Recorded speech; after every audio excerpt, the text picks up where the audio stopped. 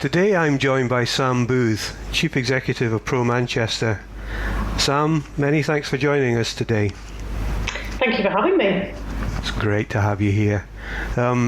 Pro Manchester, a business development organisation established some 35 years ago, I understand, and it has an extensive membership of professional services companies, including property, legal, finance, the consultancy sectors, as well as universities, utilities, and probably many more. And the organisation facilitates collaboration across almost 300 members, I understand, Sam. And you've been the chief exec since 2018, is that right? That's correct, yes. Wonderful. I've done my research. You have indeed, yes. So 2.5 years into the role, and what a 2.5 years that has been. Certainly the last year's been a different one, that's for sure. Absolutely. I'm really looking forward to our conversation, Sam, and the insights you can bring, because you must have worked with lots of different employers, and obviously, they'll have their own things to bear on this conversation. But I'd like to start with a personal perspective on work and employment. So, for you, where did it all start? Can you tell me your early experiences of work and employment? What was your first job? My first job, I went to university in Sheffield, but during summer holidays to help sort of fund my university lifestyle, I came home and I worked at Royal London in actually based out in Wilmslow, so working in the claims department there. It was a sort of basic administrative role, but very much my first introduction to the office environment. Following university, I worked for a company called Surf Control, which was then taken over by WebSense, I believe, which was one of the very, very first internet security companies, which was, again, a wonderful introduction into the world of work, and certainly actually with a very progressive business that was really, at that point, when the internet was relatively new and digital was relatively new, it was a really exciting, vibrant place to really kickstart my career, if you like. So did you not have a Saturday job when you were at school, Sam? Oh gosh, well yes, actually, in saying that, yes, no, I did. I had two jobs actually. I worked on a Saturday morning. I worked on the cheese and meat stall in Congleton Market. We would mention Congleton, and there it is. And I also worked as a waitress in the local Big Steak pub just down the road just down the road from my house. You see, I think those early experiences really do leave their mark, particularly when it's a service role. Yeah, it was very, very interesting. Both jobs, actually. I mean, and I know this well because we have just sort of embarked on some sort of profiling and trying to understand ourselves better as part of the team at Pro Manchester. So looking at how we're made up, and I'm a very people-focused person. That's the foremost for me, one of my most dominant traits, and so working in that kind of an environment and being surrounded by people and like you say, that service industry was a natural fit for me. So when you were in Royal London, a kind of admin role, tell us about that. What was that environment like? I mean, at the time, they've got huge offices based in Wilmslow, and I'm not exactly sure on the exact employee numbers at the time, but there must have been sort of 300-400 people based out in that office. At first, quite intimidating, if I'm honest with you. I was obviously one of the younger members of that team and that environment, so in some ways intimidating, but it was a great launch pad for me and a great kind of introduction to an office environment and working within teams and getting to sort of sample some varying different of working for a very big organisation. Yeah, so you experienced big corporate culture very early on in your career then. Absolutely. Which has a different set of values, doesn't it? What did you take from that experience, Sam, as you've moved forward? I mean, now you're heading up a smallish team in Pro Manchester, huge network, huge reach, but actually as an employer, quite a small team, isn't it? It is, yeah, it is definitely. Yes, working in that big corporate environment. I was, it was a very introductory level role. At the time, it felt like I was carrying huge responsibility, but obviously that was because I was inexperienced. And I had a wonderful manager at the time, and I worked in the claims department, which was actually really interesting because you would often, get some quite challenging, difficult conversations came down the line, and it was sort of dealing with that conflict, if you like, from a very, very early stage. But she was wonderful. My manager at the time, she would always sort of back me up, and she would always take responsibility and support me as much as she possibly could in that environment, actually. And it was good. It was good fun working there, as it was working at Surf Control as well. It was that everybody was, it was a young, vibrant, fun team, and I always remember that they threw these huge summer parties, and everybody was invited, and really, really went to town, and great environment. There was lots of kind of going for drinks after work and that kind of thing as well, and actually, forming some very sort of strong bonds and relationships. I think that sort of culture, that fun, you mentioned fun, goodness, I think we're all desperate for going to have a drink with colleagues after work now, aren't we, after this length of lockdown. A really important part. We come to work to earn money and to develop and all that stuff, but if you don't enjoy it, goodness, what's the point in coming? But tell me a little bit more about that good manager you had. What were the traits that set them apart for you, made you think, yes, want to work for that person, and how have you carried that on, Sam? Some of that stuff you've taken, maybe. She was very sort of sympathetic and empathetic to the fact that I was new to this kind of an environment, actually, that it could be quite daunting. She was just incredibly supportive and always on hand to be there for me should I require anything. And in return for that, what you do is you work harder and harder and harder and only wish to please, don't you? So I think it was that element and that good rapport, and I always felt like she had my back, if you like, and she was there to provide me with all the support I needed to be able to deliver and do on my job to my best ability. And that's something you've taken forward, obviously, in your career, I'm guessing, in terms of being open, and I think a characteristic often of good managers are those that are ready to listen rather than tell.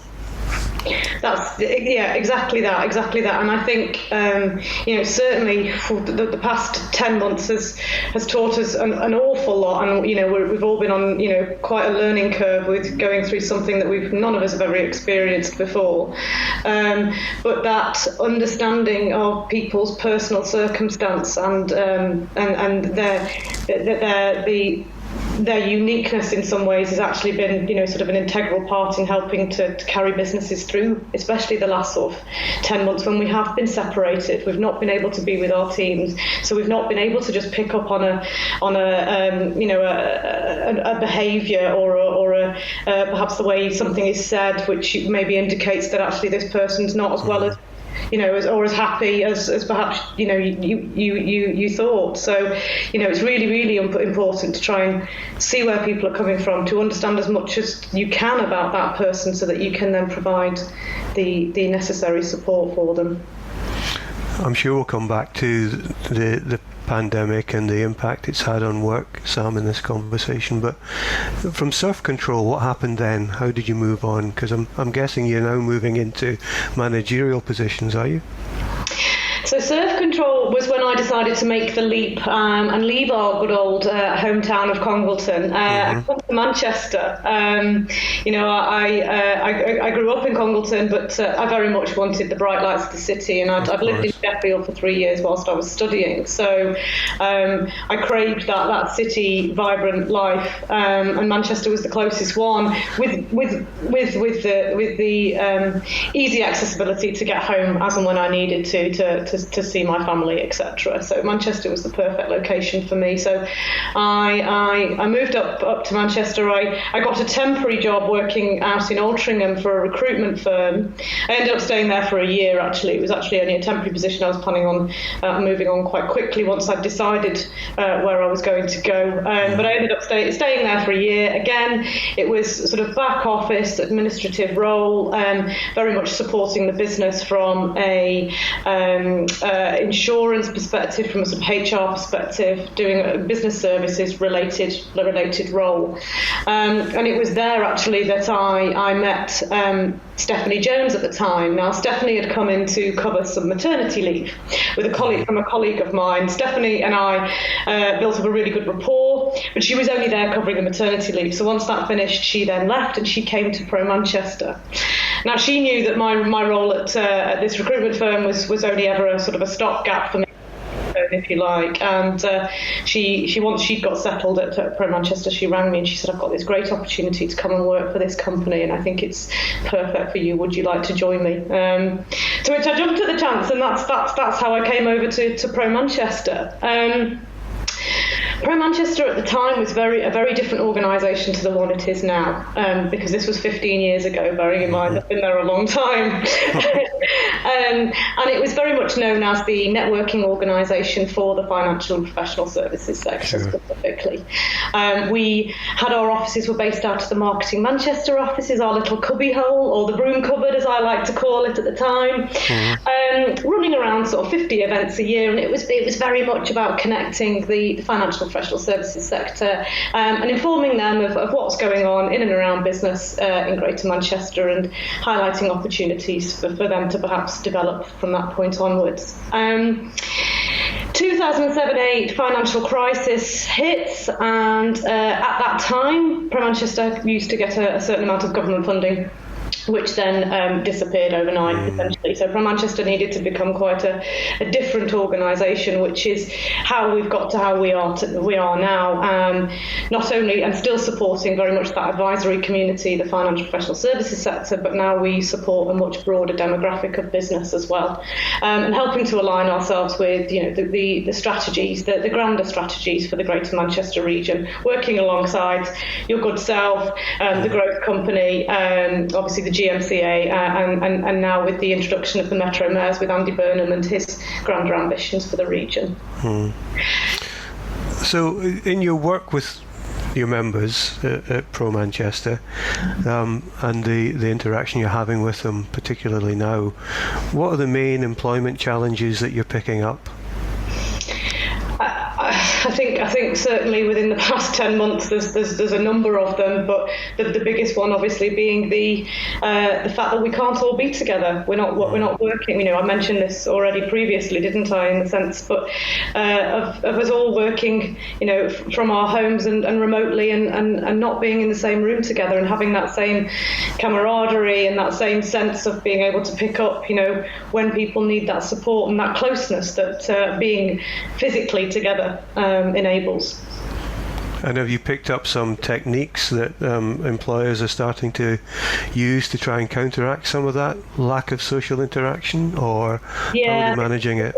Lots of businesses are doing it in different ways, but ultimately it's about the communication, isn't it? And it's staying in touch with people as much as possible, facilitating where possible get-togethers, regular contact, whether it's on the telephone or whether it's via Zoom, Teams, whatever platform you may wish to use. But it's the constant communication and checking in on people and making sure that they are okay, that they are feeling that they can be open and honest with you about how they are feeling, and then addressing any particular issues that might be arising due to that. And that's a real balance trick, isn't it? Because you don't want to be overbearing. I think you don't want to be overbearing, and employees thinking, oh, you're constantly there. And it's that level of, I think we've struck on this in conversations previously about trust, and how do we build trust through this period particularly. What do you think of that?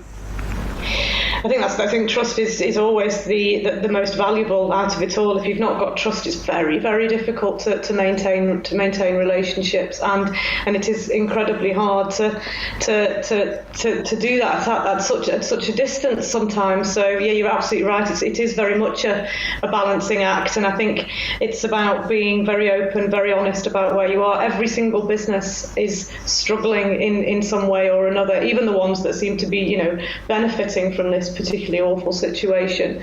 They will have challenges of their own. So it's how that you portray that to your teams to make them feel secure and trusted in the environment that we're in at the moment. And you think many of your members have taken some things away from the way we've been working over the last 10 months or so, and will maybe not completely retain them, but we'll certainly use elements of flexible work and the use of virtual technologies, etc., as we move forward. I mean, can you see the city returning to the same kind of level of vibrancy in the near future, Sam? I think that absolutely the city will come back. I think that it would be an absolute travesty if we went back to the way that we were before. This is a really, really pivotal moment, a real opportunity for us to reset, to rip up the rule book, and actually look at how do we make this work to our advantage, to provide that flexibility and that agility, the work-life balance that we've always kind of aimed for. This is absolutely that opportunity for businesses to look at their operations and to make some significant positive changes going forward. And I'd be really sad to hear to any business that reverts back to time and to the way that they were before, because it feels like such a wasted opportunity. What it has done is really highlight, and you mentioned it earlier on, is the need for social interaction, for people to be together. So in that sense, yes, people absolutely will come back to the office, to the city. It will be restored. It will just be slightly different in the sense that businesses will operate differently. They will, like I say, I hope to see that they will have more flexible models in place. It has allowed them to see that actually we don't need to be constrained by the 9 to 5. We don't need to be sat in traffic at 8 o'clock in the morning or commuting 2 hours down the road anymore, or even actually in the sense of jumping on a train and going down to London for an hour meeting and not making the best use of our time in that way. I think it's the real opportunity for real change, real positive change for employees within each of those, for employers from a productivity perspective, and for the employees themselves as well. And like I say, I'd be very sad to hear of any business that's not looking at this as a real opportunity. Yeah, here. I think some of the challenges that we will find, and we're starting to pick up, are some of the anxieties people will feel when we actually do return to work, and the whole 10 months, it could be even longer before we're back in an office setting together with people. That's an awful long time, and some things will be forgotten, and some things will have to be relearnt. What support do you think we need to provide for employers over the next 6 months, maybe slightly longer, through that period of getting ready to go back to a more balanced work environment? I know that you and the growth company have been doing an incredible amount from a support and advisory perspective in helping businesses to navigate their way through this from all aspects of finance and everything else. First and foremost, obviously, it is ensuring that businesses are ready and COVID secure for anyone returning into work. But it's very much actually talking about that and helping businesses to understand how they can best look after their employees, make them feel, it comes back to the trust element as well. You can understand why people are quite anxious about it. An awful lot of people have become quite agoraphobic because they have been at home for such an incredible amount of time, especially during these periods of lockdown and isolation. And we need to be sympathetic, we need to be empathetic to that, and we need to make sure that we are not putting employees in positions that they are not comfortable with. So providing the right advice and support, the hubs that you have already been working on, seeking advice from peers, or how are you doing it, how are you tackling it, sharing of that information, sharing of that knowledge. I think that's absolutely paramount at the moment to make sure that businesses feel that they have the right amount of support and they are equipped next stage, which hopefully this opening up stage, which hopefully will be in the not too distant future. Thanks, Sam. That's really insightful. To wrap up, and in the context of what you're going to do next with Pro Manchester staff, what will your top tips be as you come back into a more balanced work environment?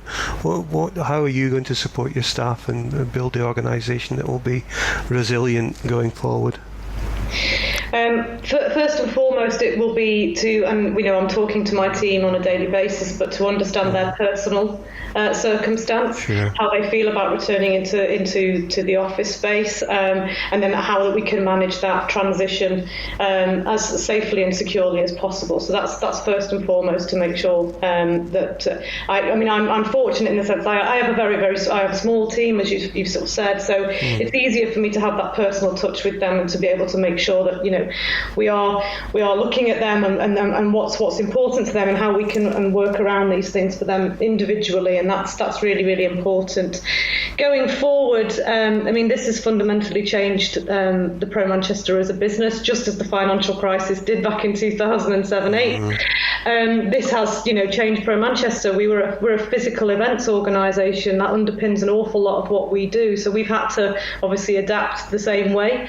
We're very much looking forward to putting back that physical activity again, but it will be we will now take everything that we've learned over the past 10 months, and the online is here to stay, which will ultimately enable us to provide more value to the membership of Pro Manchester. So we'll be very much looking at how we can take what we've learned over the past 10 months and take that further forward, providing new opportunities for the employees within Pro Manchester with regards to their own professional development. I want to really look at this has been an interesting, challenging 10 months, but it provides a lot of opportunity. So I'll be talking to each of my team about where would they like to take their careers, what would they like to do with what's happened over the past 10 months, and how can we put some of that into play. Thanks, Sam. That's really interesting, I think, and don't apologise for being a small organisation. We know 85% of the employers in GM are SMEs, so that personal touch that you can offer in a small organisation really does help as you work through good employment practice. Absolutely. Sam, look, many thanks, and thank you for your continued support of the charity, the Charter's work. It really is appreciated. Thanks, Sam. No, thank you. Thank you for having me.